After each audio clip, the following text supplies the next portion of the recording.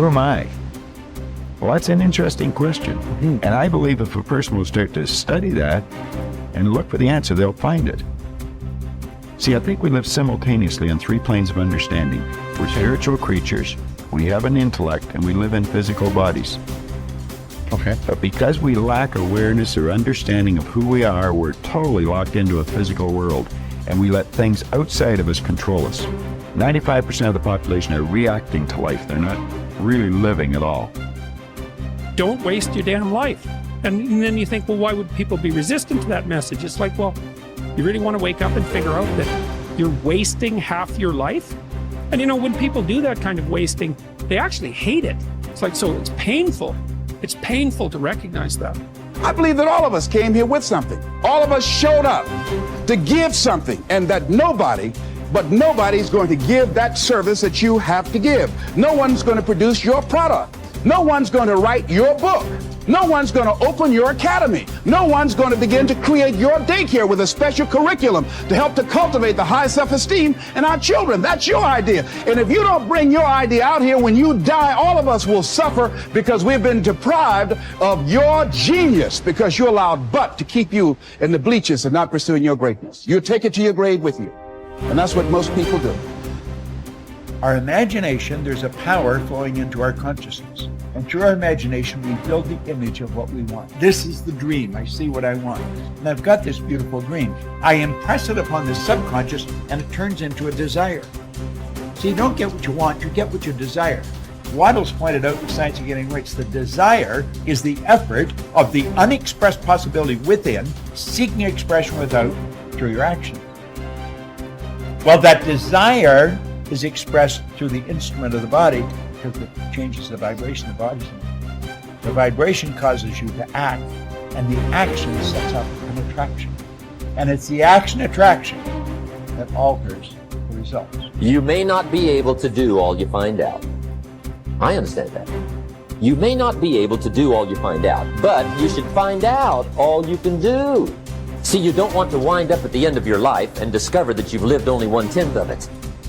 And the other 9/10 went down the drain.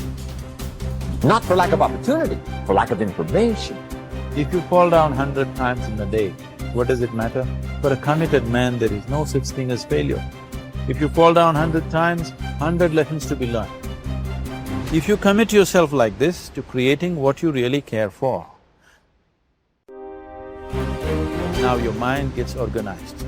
Once your mind gets organized, the way you think is the way you feel, your emotion will get organized. Once your thought and emotion is organized, your energies will get organized in the same direction. Once your thought, emotion and energies are organized, your very body will get organized. Once all these four are organized in one direction, your ability to create and manifest what you want is phenomenal. You are the creator in many ways. Often I begin a seminar with a little exercise. I ask the audience, how many people here would like to double their incomes? Almost everyone smiles and raises their hands. I then ask, how many people here would like to lose weight, get out of debt, achieve financial independence? Again, everyone smiles, some people cheer, and they all raise their hands. Then I say, wonderful, these are great goals that everyone has. We all want to make more money, spend more time with our families, be fit and trim, and achieve financial independence. Not only do we all want the same things, but we all know what we have to do to achieve them. And we all intend to do those things sometime. But before we get started, we decide that we need to take a little vacation to a wonderful fantasy place called Someday I'll. We say that, someday I'll read that book. Someday I'll start that exercise program. Someday I'll upgrade my skills and earn more money. Someday I'll get my finances under control and get out of debt. Someday I'll do all the things that I know I need to do to achieve all my goals. Someday. Probably 80% of the population lives on Someday I'll most of the time. They think and dream and fantasize about all the things they're going to do someday. And who are they surrounded by on Someday I'll? Other people on Someday I'll. And what is the chief topic of conversation on Someday I'll? Excuses. They all sit around and swap excuses for being on the island. Why are you here? They ask each other. And not surprisingly, their excuses are largely the same. I didn't have a happy childhood. I didn't get a good education. I don't have any money. My boss is really critical. My marriage is no good. No one appreciates me. Or the economy is terrible. They have come down with the disease of excusitis, which is invariably fatal to success. They all have good intentions, but as everyone knows, the road to hell is paved with good intentions. The first rule of success is simple. Vote yourself off the island. No more excuses. Do it or don't do it, but don't make excuses. Stop using your incredible brain to think up elaborate rationalizations and justifications for not taking action. Do something, do anything. Get on with it. Repeat to yourself, if it's to be, it's up to me. Losers make excuses. Winners make progress. Now, how can you tell if your favorite excuse is valid or not? It's simple.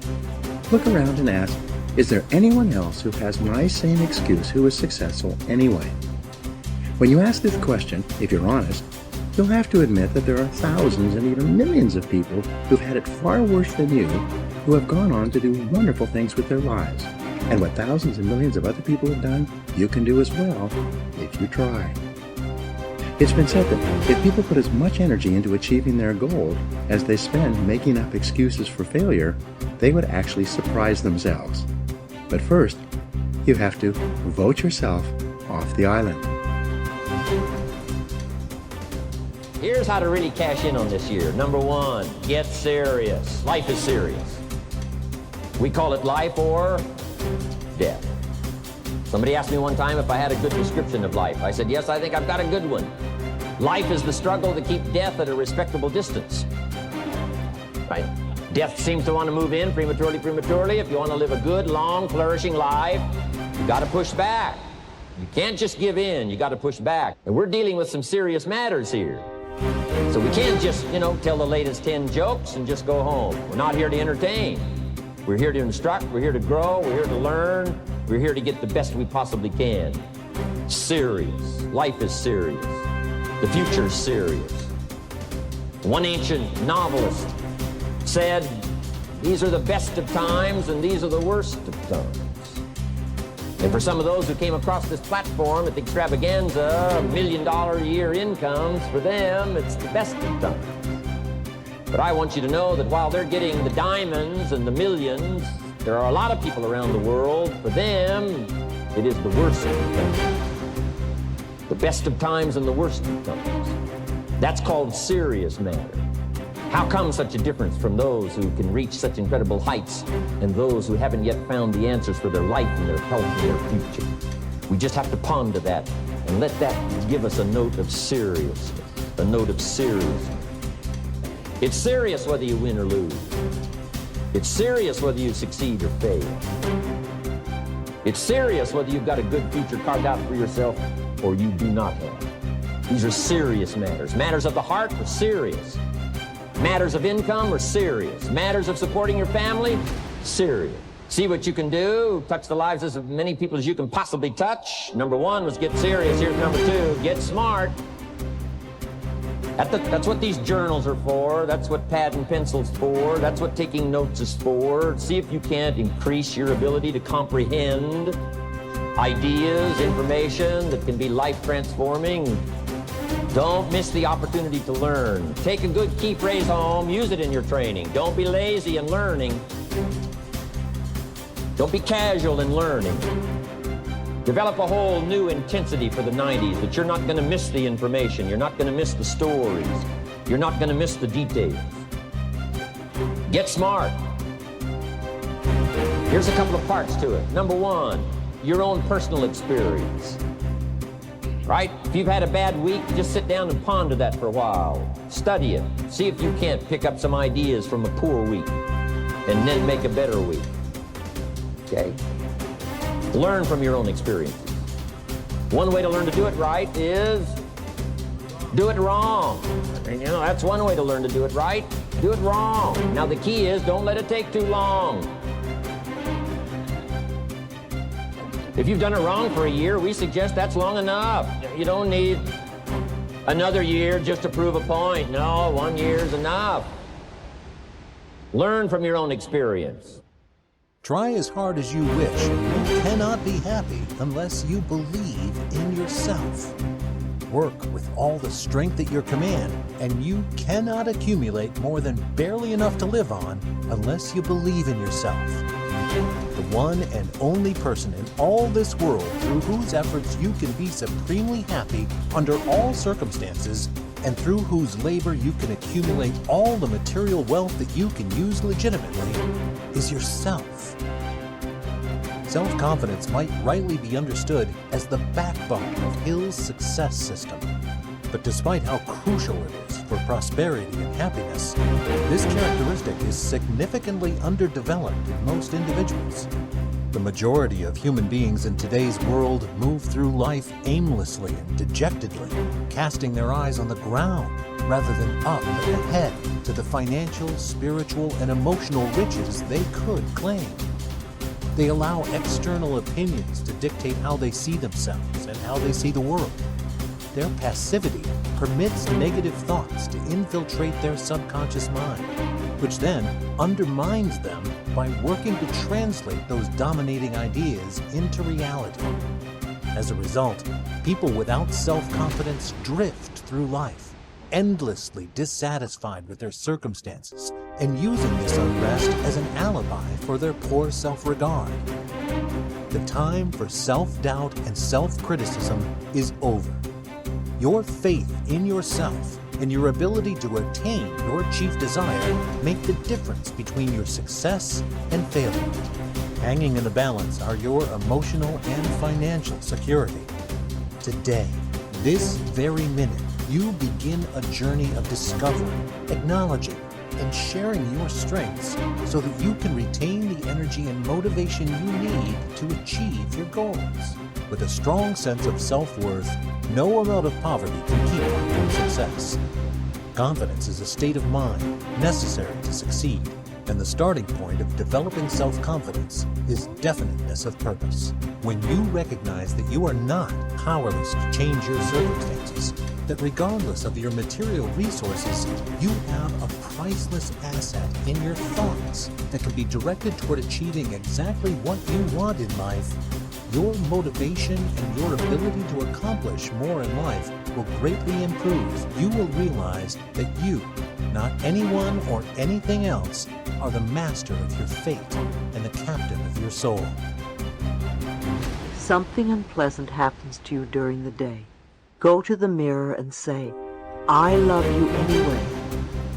Because events come and go, but the love that you have for yourself can be constant.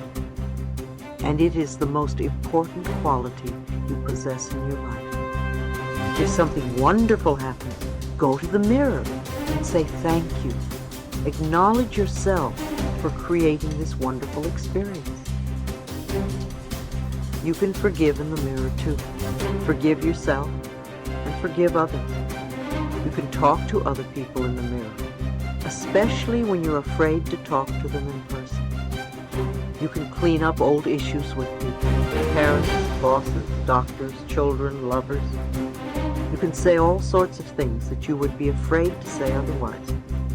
And remember to end by asking them for their love and approval, because that is what you really want. People who have problems loving themselves are almost always people who are not willing to forgive, because not forgiving shuts the door to the heart. When we forgive and let go, not only does a huge weight drop off our shoulders, but the doorway to our own self-love opens up. People will say, "Oh, such a load is dropped off." Well, of course it has, because we've been carrying this burden forever. Dr. John Harrison states that forgiveness of both the self and the parents, coupled with the release of past hurts, cures more illness than any antibiotic ever could.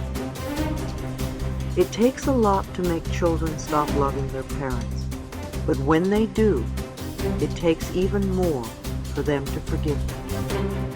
When we won't forgive, when we won't let go, we're binding ourselves to the past. And when we are stuck in the past, we cannot live in present time. And if we are not living in the present, how can we create our glorious future? Old garbage from the past just creates more garbage for the future.